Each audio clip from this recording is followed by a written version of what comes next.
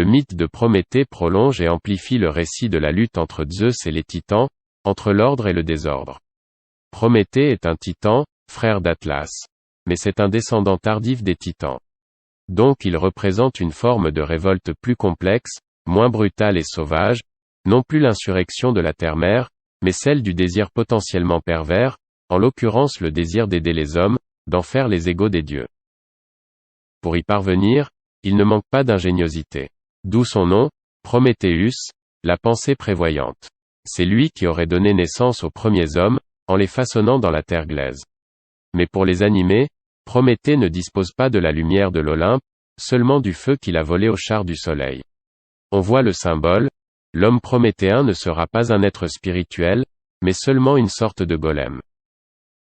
Cette contrefaçon trouve un écho dans la façon dont Prométhée essaie de duper Zeus, dans sa présentation du sacrifice prométhéen. Lors de ce sacrifice, qui doit réunir les hommes et les dieux, tous ensemble, mais chacun à sa place, Prométhée, toujours soucieux de favoriser et promouvoir la race des hommes, imagine de tromper Zeus, en proposant deux sortes d'aliments rituels. L'une est composée des os, nourriture immangeable, mais placée sous une belle peau croustillante et appétissante. L'autre est faite de toutes les bonnes viandes, mais cachée sous les viscères puants. Il dit à Zeus, « Choisis ». Or il devrait savoir que, depuis que Zeus a avalé son épouse Métis, la clairvoyante, aucune ruse ne peut lui échapper. Il est devenu lui-même Métis, la ruse incarnée. Pourtant, il feint de se laisser tromper, et choisit les os et la peau. C'est depuis ce temps que les hommes, condamnés à manger de la viande pour se nourrir, mais aussi à intégrer les sacrifices carnés dans leurs rituels religieux, sont assujettis à leur ventre et à leurs besoins de chair, alors que les dieux se nourrissent des fumées du sacrifice. En voulant aider ces hommes qui les tant, Prométhée a fait leur malheur, il les a rejetés dans l'animalité. C'était du moins l'opinion des Orphiques. Pour avoir transgressé la volonté de Zeus, et donné le feu aux hommes, Prométhée est puni. Son châtiment sera d'être ancré dans cette matière qui l'a fasciné et lui a fait oublier l'esprit.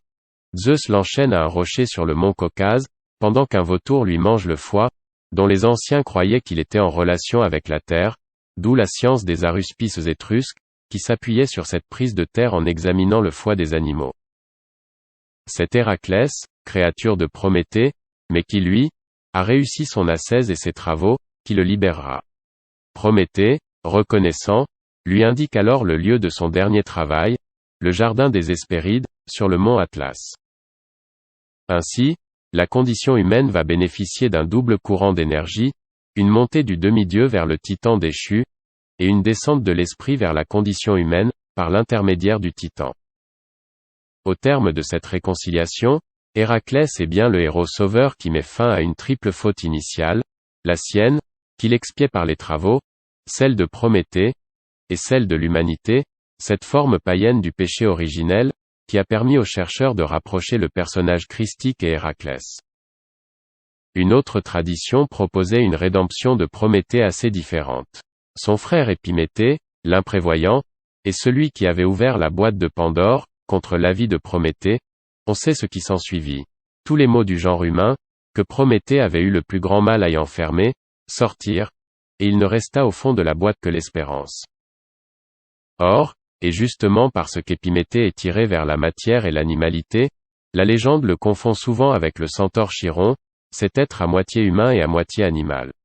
D'un côté, Chiron est un être de sagesse, médecin renommé, il est le précepteur d'Achille, de Jason, d'Actéon, d'Asclépios, mais sa part animale est toujours là.